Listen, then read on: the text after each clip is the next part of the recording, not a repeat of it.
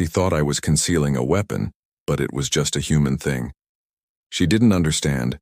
The air between them crackled with tension as the alien princess observed him with piercing eyes. Her alien features were as mesmerizing as they were unsettling, and for a moment he felt an uncomfortable sensation creep up his spine. She stood tall, imposing, and yet there was something about her that made his heart race. Not fear, no, it was something different. Intrigue, curiosity. Her gaze lingered on him, moving over his body, taking in every small detail. It was as though she was trying to unlock the mysteries that lay beneath the surface. His every movement was under scrutiny. He could feel the weight of her attention, the sharpness in her stare. And then, her eyes dropped just for a moment to his hand resting on the table before him. He knew what she was thinking. He could feel the tension rising in the room, thick with uncertainty. She had been briefed on the dangers of human behavior, and now she was beginning to wonder if what she had been told was true. Did he really carry a weapon? Was he a threat to her and her people? His hand wasn't holding anything, just a slight tremor in his fingers, a normal reflex. But she didn't see it that way. To her, anything out of place, any unusual movement could mean danger. And in the vast galaxy, danger was something every being feared. A weapon could be concealed in the smallest of gestures, in the faintest flick of a wrist. He could sense her growing wariness, and though he tried to remain calm, a part of him was uneasy. How could he explain the human way of life to someone who had never experienced it? He could see her mind racing, calculating. Her species had never encountered humans before, at least not in this way, not in a close encounter. All her knowledge of their kind was secondhand, based on stories, fears, and outdated myths. When she stepped forward, her eyes narrowed, her body tensed like a spring ready to snap. She reached toward her side where a weapon, sleek, deadly, hung. It was obvious now that she saw him as a potential threat, something to be neutralized, and as her fingers brushed the hilt of her weapon, he realized that the entire situation had spiraled into a misunderstanding. She thought he was dangerous, but he wasn't. He had no weapon. In fact, the object she thought he was hiding was nothing more than a human habit, something as simple and as innocent as the way he carried himself, the way he used his hands when he spoke, the subtle movements that had nothing to do with violence. His body language, something entirely natural to him, was misinterpreted as a sign of aggression. The princess stopped for a moment, her hand hovering just above her weapon. He could feel the tension radiating off her heart racing, her breath shallow. She was scared of the unknown, of what she couldn't understand, and that fear was now turning into anger, or perhaps a kind of disgust. She had been taught to view humans as dangerous, as unpredictable beings who could snap at any moment. He opened his mouth, but the words seemed to get stuck. What could he say to someone who had never experienced the human condition? How could he explain that his kind was complex, layered, and that not everything they did was out of malice? They didn't go around wielding weapons for no reason. Humans weren't born to kill, they were born to survive, and the truth was, they were more afraid of death than anything else. Yet the alien princess wasn't ready to hear that truth. "I'm not," he began, but his voice was interrupted by the sound of her weapon clicking into place. She hadn't drawn it yet, but the threat was clear. Her grip tightened. She was preparing herself to act, to defend herself, to do whatever it took to protect her world from what she perceived as an alien danger. The distance between them seemed to stretch. The entire room felt like it was closing in on him. Sweat began to bead on his forehead. Not because of fear, but because of the utter helplessness that began to sink in. How was he supposed to prove to her that he wasn't a threat? How could he make her see that he was just like her, that the things she feared were nothing more than misunderstandings? His fingers flexed and he slowly, cautiously moved them. He could see her flinch. It was as if every movement he made was a signal that he was about to attack. She was poised to react, and yet all he had done was place his hand on the table. The human way was different from the alien way. He had known that from the moment he set foot on her world. He had known that the minute he stepped into her presence, things would be different. But this was not what he had anticipated. The silence between them grew louder, suffocating, and for a split second, he wondered if this would be the end of their interaction. If this moment, this one misunderstanding, would mark the end of any hope for peaceful communication. But then something strange happened. She took a step back. Slowly, almost reluctantly. Her eyes didn't leave his hand, but for the first time there was a shift in her expression. The suspicion was still there, but there was something else, something he couldn't quite place. Was it doubt, or was it curiosity? He held his breath. It wasn't over yet. The alien princess stood there, still watching him closely, her eyes locked on his every movement, her hand hovering just inches from her weapon. The tension was palpable, thicker than the air around them. In her mind, everything he did was suspect. Every movement, every twitch of his fingers was now an act of suspicion. He could feel her analyzing him, trying to decide what kind of threat he was. But the truth was, she didn't understand.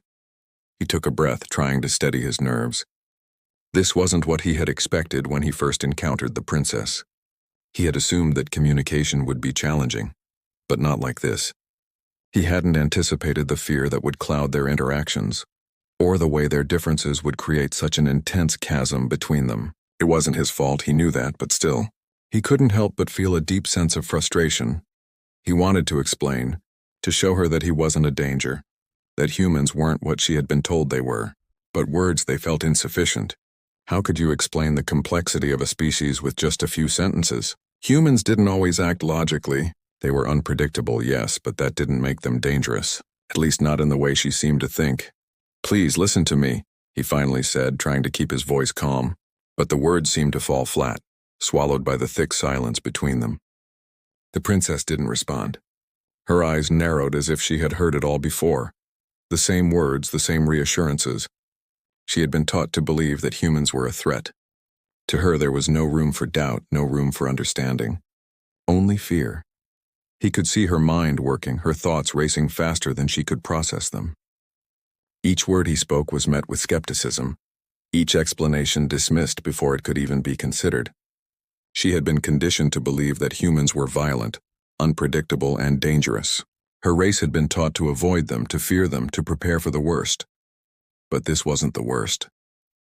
He wasn't the enemy. In her eyes, though, he was. He could tell by the way she stood, her posture rigid, her body tense. She was ready to fight if she had to. Ready to strike first in case the danger she had been taught about turned out to be real. The very idea of talking to him, of understanding his culture, seemed to be a foreign concept to her. To her, there was no room for diplomacy, no space for learning, just survival, and she would do anything to ensure hers. The air between them seemed to grow heavier with each passing second, and the silence was deafening. He tried again, this time lowering his hand slightly, trying to make his movements less threatening. "You're misunderstanding me," he said quietly, his voice almost a whisper. But it didn't matter. Her eyes remained locked on his hand.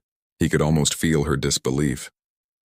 He could see her weighing her options in her mind, deciding how far she was willing to go. Was she ready to fight? Was she ready to kill if necessary? He didn't know what kind of rules governed her people, what kind of laws they followed. But he knew one thing for sure: if they acted out of fear, they would lose any chance of true communication. "I'm not what you think I am," he continued, trying again to make her understand, though his words sounded empty in the face of her growing distrust. His attempt at reassurance was futile. She hadn't been trained to understand his intentions. She had been trained to fear. The princess shifted her weight, and he saw the slightest flicker of uncertainty in her eyes. It wasn't much, but it was enough to give him hope. There was still a chance, if he could just get through to her. If he could just break down the wall of fear she had built around herself, they might have a chance at understanding each other. But how could he get through to someone who had never known the kind of uncertainty humans lived with every day? How could he explain to her that fear, while a natural response, wasn't always an accurate representation of reality? Humans feared the unknown, yes, but it was what pushed them to learn, to adapt, to grow, and that same fear could be their greatest strength. But he couldn't say that to her, not in a way she could understand.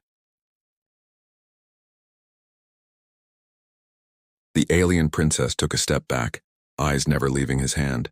She was trying to make sense of him, trying to read him in the way she had been taught. Her instincts told her he was a threat, that he was concealing something dangerous. But what she didn't know was that the very thing she was afraid of, the human nature, the unpredictability, the passion, was what made them stronger. That's what made them resilient, adaptable, but she couldn't see that yet. The longer they stood there, the more the silence gnawed at him. It wasn't just the silence between them. It was the silence that hung over their entire conversation. The inability to communicate, to truly understand each other was suffocating, and with each passing second, he could feel the connection slipping further away. "Please," he said once more, his voice breaking with frustration.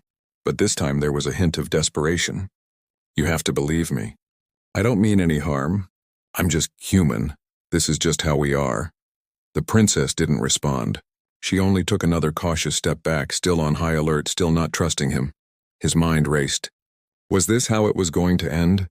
Would this misunderstanding be the reason their species could never coexist?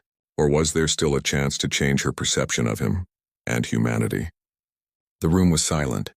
The air hung heavy with anticipation, thick with unspoken words. The princess still hadn't moved, her eyes never leaving his hand, studying his every gesture as if it might betray a hidden danger. He could feel the weight of her gaze on him, pressing down on him, making every movement feel like an act of defiance. The uncertainty between them had grown into something darker, more entrenched, and the misunderstanding had taken root deep in her mind. He wasn't sure how much longer he could endure this. The tension was suffocating. He needed to make her see the truth, needed her to understand that he wasn't a threat, that the fear in her eyes was based on nothing more than her own assumptions. But how? How could he break through the walls she had built around herself, the walls formed by centuries of misunderstanding between their species? Her fingers still hovered over her weapon, her body tense, waiting. The moment stretched on, unbearably long. He could feel his heartbeat pounding in his chest, the thrum of adrenaline running through him. He wasn't sure if he was more afraid of her reaction or of the realization that their entire encounter might spiral out of control. "Listen," he said, his voice a little firmer now. "What you think I'm hiding, it's not what you think." He saw a flash of confusion in her eyes, but it was fleeting. She was still skeptical. "Don't lie," she muttered, her voice sharp and cold. "I've seen how humans behave.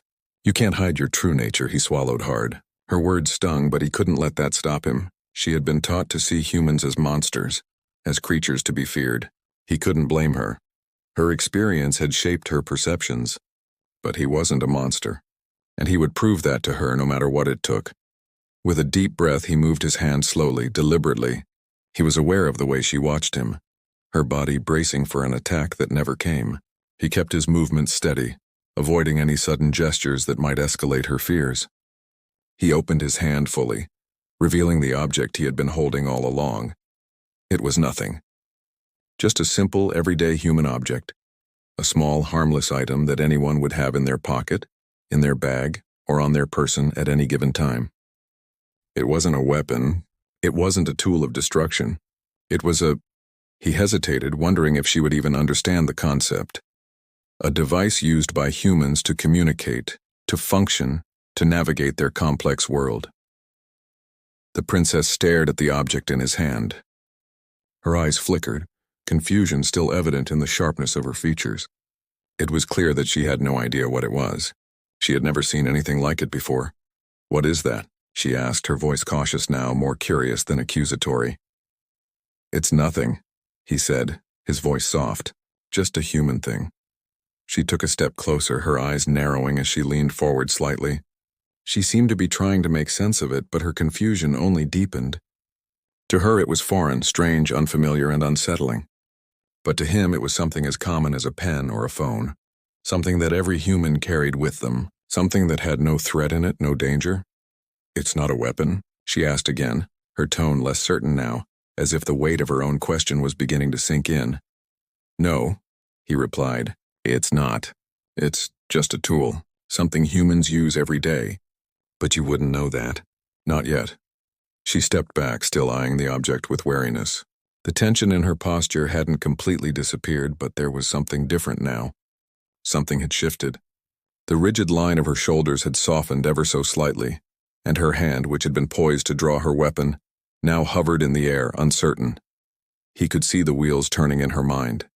She was still trying to make sense of it, trying to reconcile the truth with the story she had been told. The story of humans being dangerous, unpredictable creatures. She had been trained to treat every interaction as a potential threat. But now, with this simple gesture, he had proven her wrong. For a brief moment, she stood there in silence, her eyes locked on the object in his hand. The tension between them was still there, but it was no longer fueled by fear alone.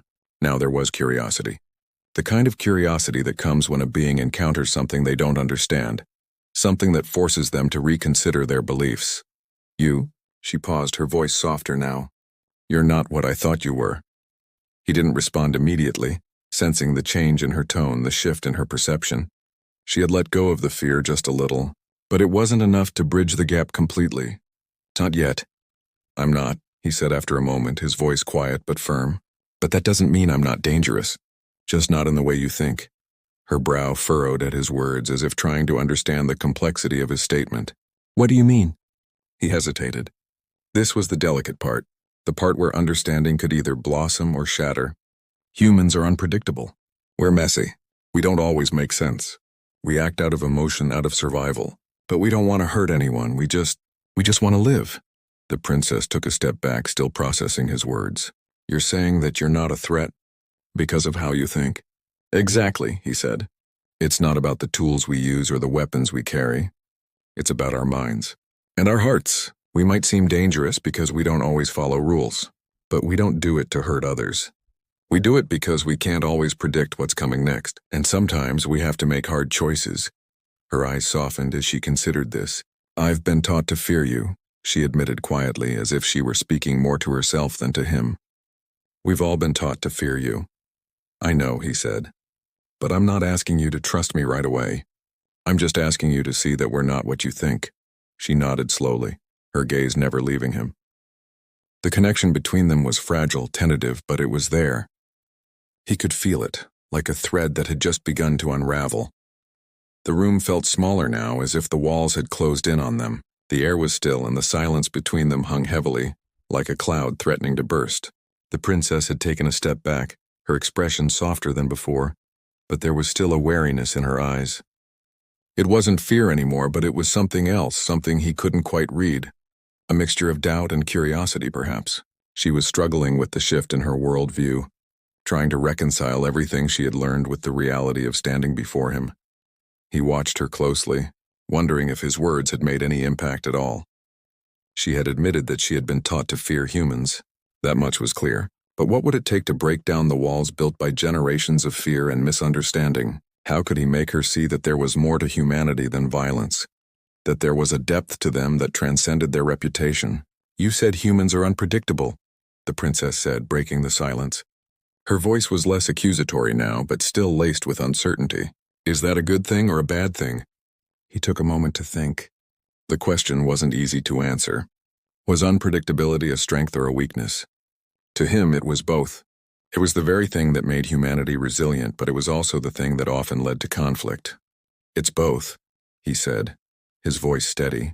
Sometimes it's a strength and sometimes it's a weakness, but it's what makes us who we are.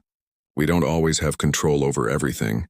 We can't predict the future, but we fight for what we believe in, for our survival. She nodded slowly, processing his words, but her eyes still held that flicker of doubt. He could see her trying to piece it all together, trying to understand the contradictions in what he was saying. It wasn't easy. Humans were complicated. Their motivations, their actions, they weren't always clear even to themselves.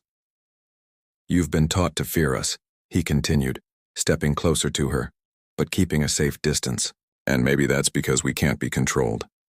We don't always follow orders. We don't always think like others do, but we're not monsters. We don't go around looking for ways to destroy everything we don't understand. Her gaze never left him as she considered his words. But you did destroy things. Your people, your history is filled with destruction. He sighed, knowing that this was where things could get tricky. He had known the history of humanity would be hard to explain. It was filled with wars, suffering, and mistakes. But it was also filled with triumph, resilience, and hope. It was complicated, messy, and far from perfect, but it was real. Yeah, he said, his voice quieter now. We've done some terrible things. Our history isn't clean, but we've also fought to make things right. We've tried to build better futures even when the odds were stacked against us. We've fallen and we've gotten back up, and we keep fighting. The princess stared at him, her expression unreadable. He couldn't tell if she was buying into his explanation or if she still saw him as a threat. It was hard to say. The way she had been conditioned to see humanity didn't make room for nuance. It didn't leave space for redemption or growth. To her, humans were a force of nature, dangerous and unpredictable, perhaps even irredeemable. "So, what do you want from me?" she asked, her voice sharp though not unkind. "You want me to believe you? To trust you?" "I don't expect trust right away," he replied, shaking his head. "But I do want you to see that we're not all bad. And we're not just a danger to you. We've made mistakes, but we're learning. We're evolving. Just like you." She frowned, clearly still processing the weight of his words. "And what if we don't want to evolve? What if we don't want to learn from you? What if we want to stay the way we are?" The question stung. It was the heart of the issue. The cultural clash. The alien princess was part of a species that had thrived in isolation, with strict rules and traditions. They had built their society around stability and control. Change to them was a foreign concept, a dangerous one, and humanity's chaotic, ever-changing nature was something they couldn't easily embrace. But there was something in her eyes that told him she wasn't completely closed off to the idea. Not yet. She was still grappling with the challenge of seeing beyond her own culture, her own upbringing. And that, he realized, was the key. The human spirit, despite all its flaws, was driven by the ability to learn, to adapt, and to grow, and he had to make her see that. "I'm not asking you to change everything you are," he said gently. "I'm asking you to see that there's more to us than what you've been told. There's more to humanity than violence and chaos. There's hope too. There's love and compassion and strength in the face of adversity. I know you're not just a warrior, princess. You're more than that. And I believe that you too can see the good in us." She was quiet for a long time, her expression unreadable. He could see the struggle within her, the internal conflict between what she had been taught and what she was starting to understand. And then, just when he thought she might shut him out completely, she spoke again. "I don't know if I can see it," she said, her voice softer than before, "but maybe I can try." And in that moment he felt something shift. The tension that had been building between them began to ease just a little. It wasn't trust, not yet, but it was the beginning of something. The beginning of understanding. He nodded slowly, a small smile tugging at his lips. "That's all I'm asking for. A chance." For the first time since they had met, the alien princess looked at him without suspicion. There was still uncertainty in her eyes, but there was something else too. A flicker of curiosity, a spark of possibility. The silence between them was different now. It wasn't heavy with suspicion or fear. It was a silence filled with possibility. The princess, still standing before him, appeared less tense than before, though her expression remained thoughtful, almost distant. He couldn't quite tell if she had fully understood what he had tried to say, but the change in her demeanor was undeniable. She wasn't just looking at him anymore, she was seeing him. It wasn't trust, not yet, but it was a beginning. And beginnings, he knew, were fragile things. They needed time, patience, and understanding to grow. He could feel that this moment could go one of two ways. Either she would walk away from the idea of humanity as something worthy of understanding, or she would take the first step toward something new. "Why do you keep saying that?" she asked, her voice quiet. "That we're the same, that we're not so different." "We are." Her words weren't hostile, but there was a challenge in them. It was as though she was pushing against the very notion he had tried to plant in her mind. She had been conditioned her whole life to view her kind as superior, to believe that their rigid, orderly way of life was the only path to peace. Humans, with their chaos and unpredictability, were seen as a threat to that peace, and no amount of words could easily erase the teachings she had grown up with. But this time when he spoke, he didn't feel the weight of her skepticism pressing down on him. He spoke with something else. Hope. "I keep saying it," he replied softly, "because it's true. I don't expect you to see it all at once, but we have more in common than you think. We both fight for what we believe in.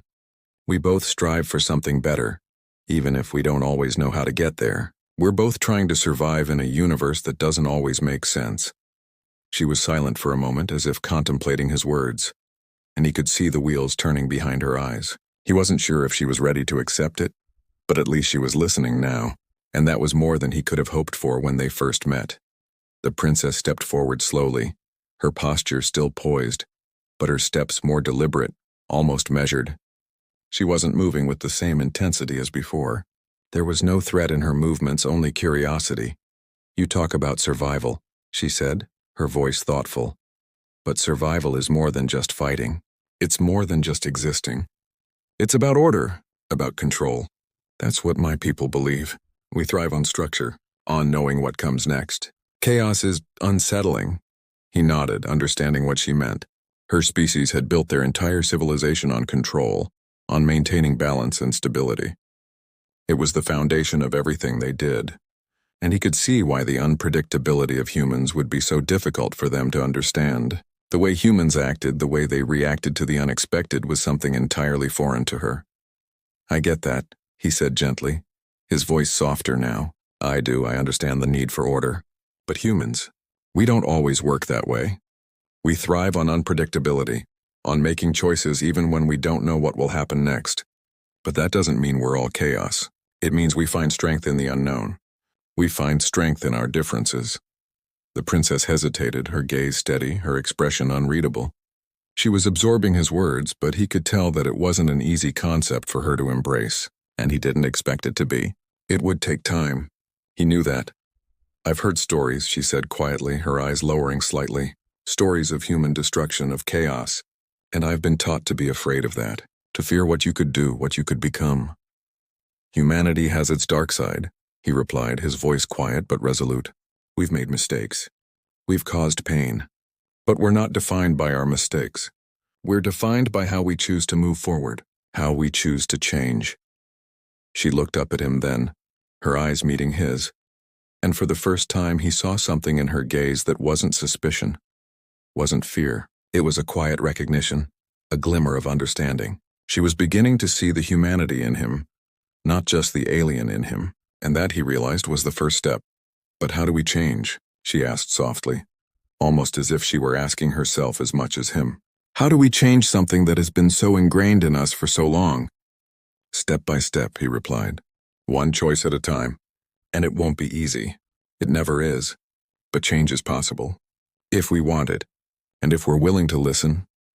She was quiet for a long moment, the words hanging in the air between them, suspended in the weight of their shared uncertainty. The princess shifted, taking another step closer, but this time it wasn't with caution. It was with purpose. Her eyes were still searching him, as if looking for something that would tell her whether or not to trust him. "I don't know if I can trust you yet," she said finally, her voice gentle but firm. "But I'll try. I'll listen. I'll try to see." It was a small step, a small fragile moment of openness, but to him it was everything. The words didn't hold the weight of absolute trust, but they carried with them something far more valuable, the possibility of a future where understanding could grow.